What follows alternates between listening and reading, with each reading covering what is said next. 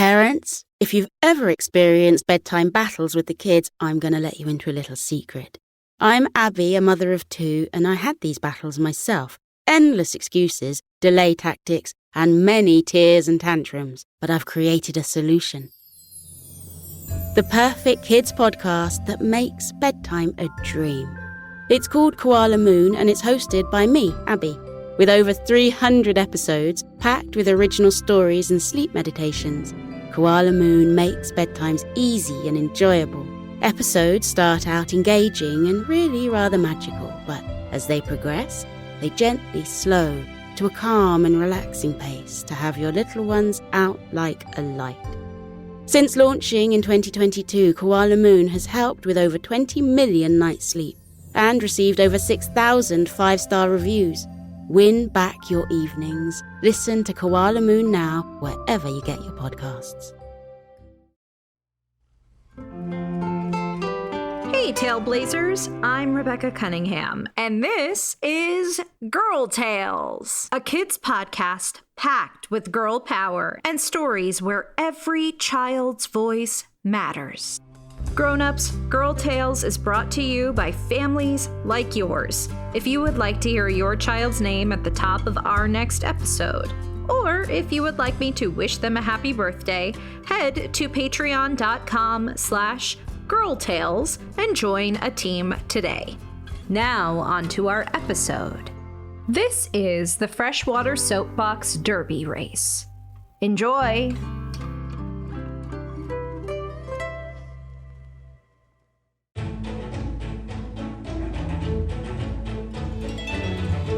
I'd like to tell you about an old friend of mine.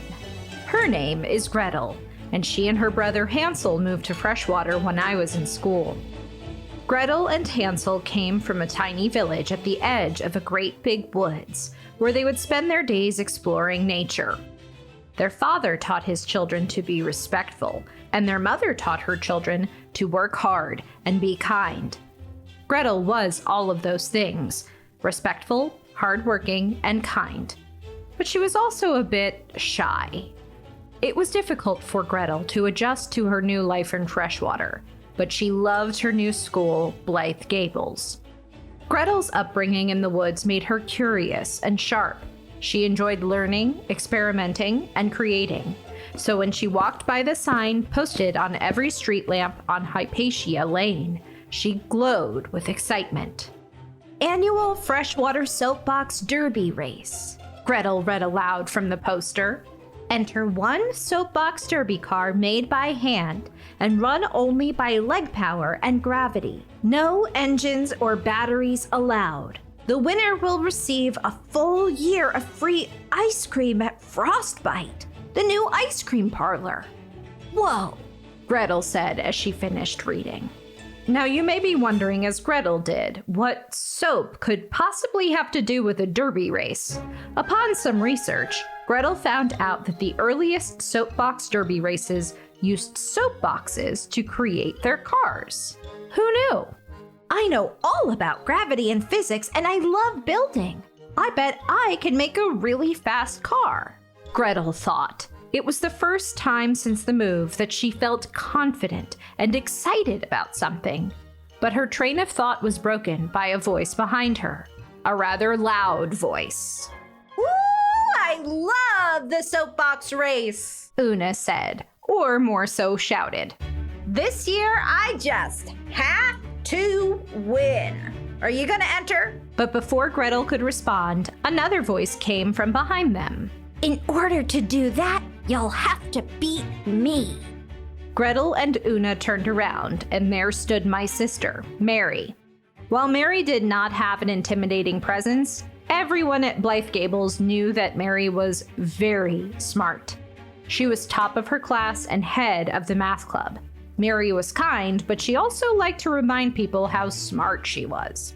Una sighed and explained to Gretel. Yes, Mary has won the Freshwater Soapbox Derby Race for the past 5 years, but this is gonna be my year. We'll see about that, Mary said, and the three rushed off to begin building their soapbox cars, Gretel feeling slightly less confident. but still excited. Back at home, Mary went into the garage and took a look at her beloved soapbox car. Mary had used the same car every year, but every year she made a few fixes and adjustments to make her car better. However, as she was looking at her car now, her thinking was a little different.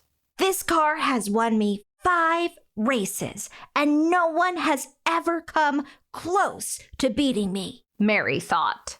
My car will win no matter what. Why waste my time working on it? And with that, Mary left the garage and did not lay a hand on her soapbox car again until the day of the race.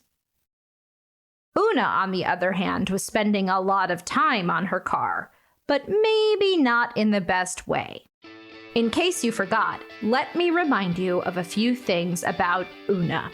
Una was my best friend, and I loved her dearly. She was creative, outgoing, and so much fun to be around. But sometimes Una had a tendency to break the rules. You may remember a certain unicorn she brought to school against our principal's wishes. Anyway, Una had her own approach to building her soapbox car that was very Una. Una, what are you doing? Una's mother Rapunzel said as she rushed toward the stables to discover the sources of all the clatter. I'm used to hearing your voice echo across the house, but what's with all this hammering business? Rapunzel gasped when she saw it. Una's soapbox car was the hottest shade of hot pink you can imagine. So bright, Rapunzel had to squint her eyes. On each side of the car were painted red flames.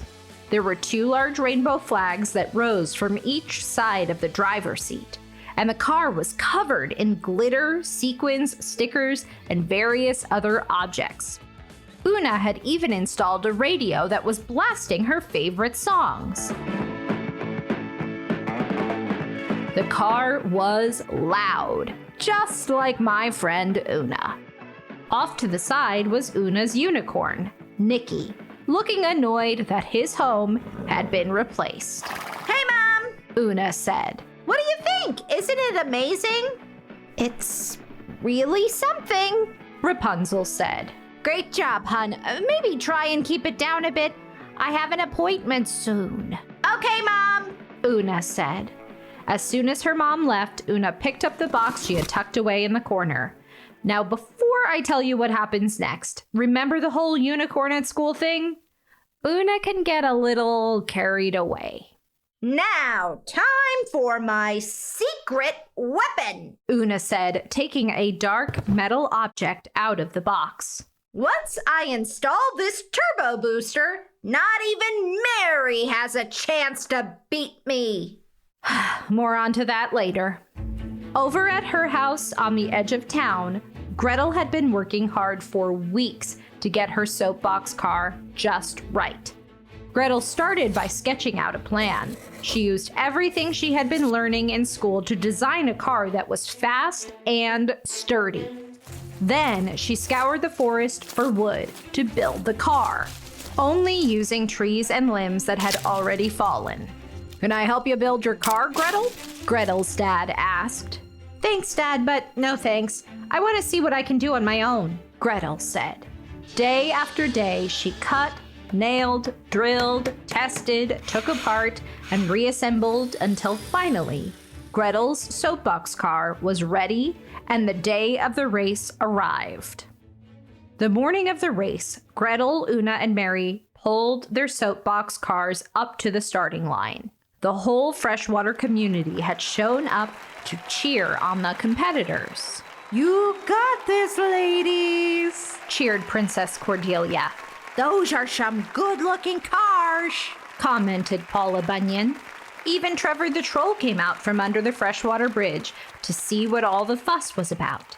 He didn't have much to say. The time had finally come. The ladies got in their cars and waited for the countdown from Mayor Lucinda.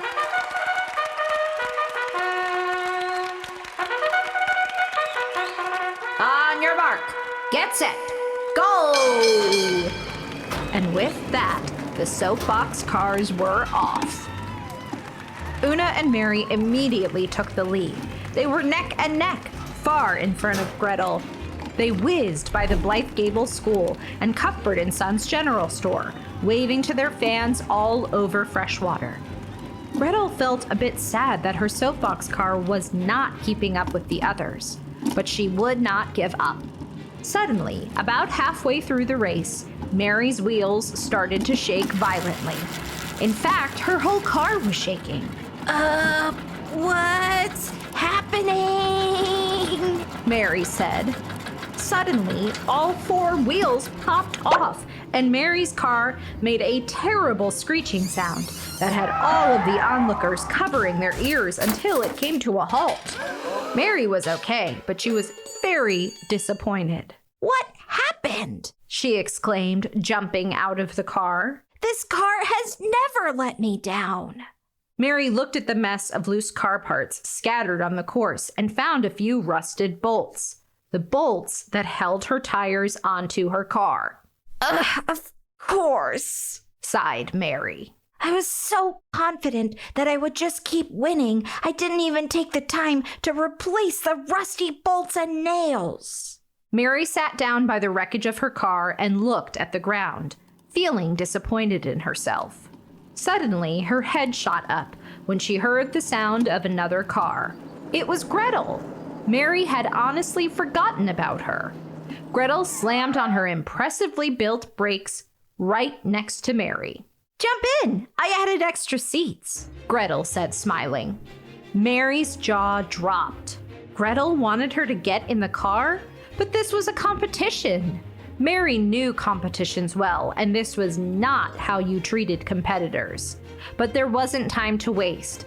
Mary got into the back of Gretel's car, and the two were off.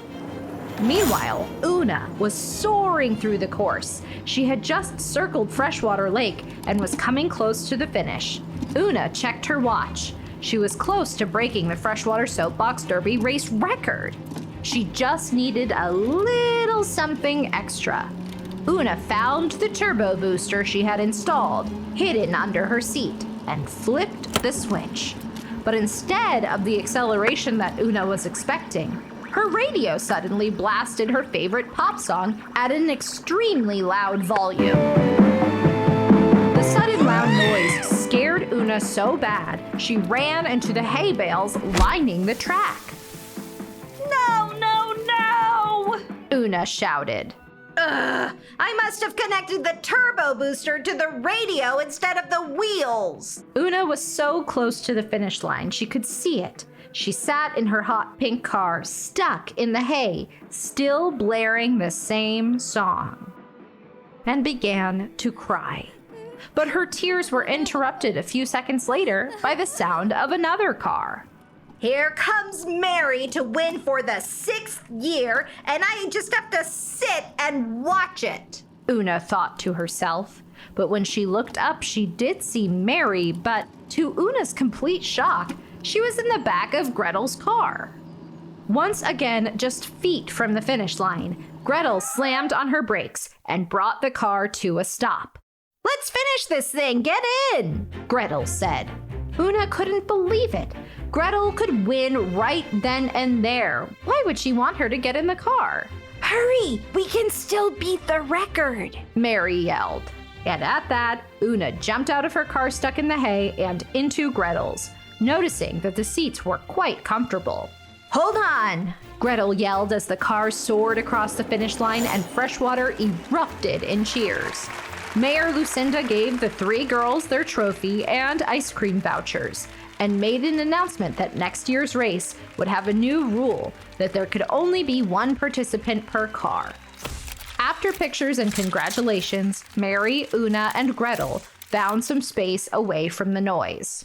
Why did you pick us up, Gretel? Mary asked. Yeah, you could have won all on your own, Una added. Gretel thought for a moment. Winning is fun, but I really just wanted to challenge myself to try something new and see what I could do. It was much more fun to win with you. Besides, I could use some friends. I'm sorry I cheated, Una said, looking down. I'm sorry for being arrogant, Mary said. And we're both sorry for not being more welcoming. It's hard being new, but we should definitely be friends. You're actually pretty cool. Should we go get some of that ice cream? Said Gretel. And with that, the three walked over to Frostbite for the first of what would be many ice cream hangouts to come.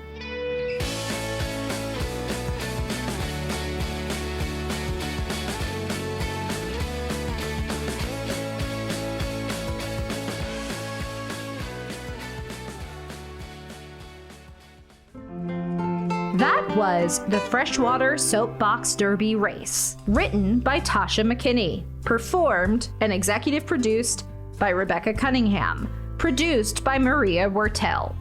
Girl Tales is a Cordelia Studios production. Grownups, you can get access to ad-free episodes of Girl Tales, as well as a range of other shows for the kids in your life by subscribing to Starglow Plus on Apple Podcasts. If you'd like to hear me narrate the original stories of Alice's Adventures in Wonderland, The Wonderful Wizard of Oz, or Rebecca of Sunnybrook Farm, head to patreon.com/girltales and join Team Sunnybrook or above. Don't forget to subscribe, rate, and review wherever you get your podcasts. And hey, if you loved this story, share it with a friend. Oh, and remember, I believe in you. There's a hill and a road and a path where I know you must go. Through the sun, wind, rain, or snow. But wherever you venture, you can always come home. 'Cause I trust your heart, I trust my heart, and I trust your mind, I trust my mind, and I trust the friends, I trust the friends I know you will find o'er the hill and on the road. So off you go. And remember, I believe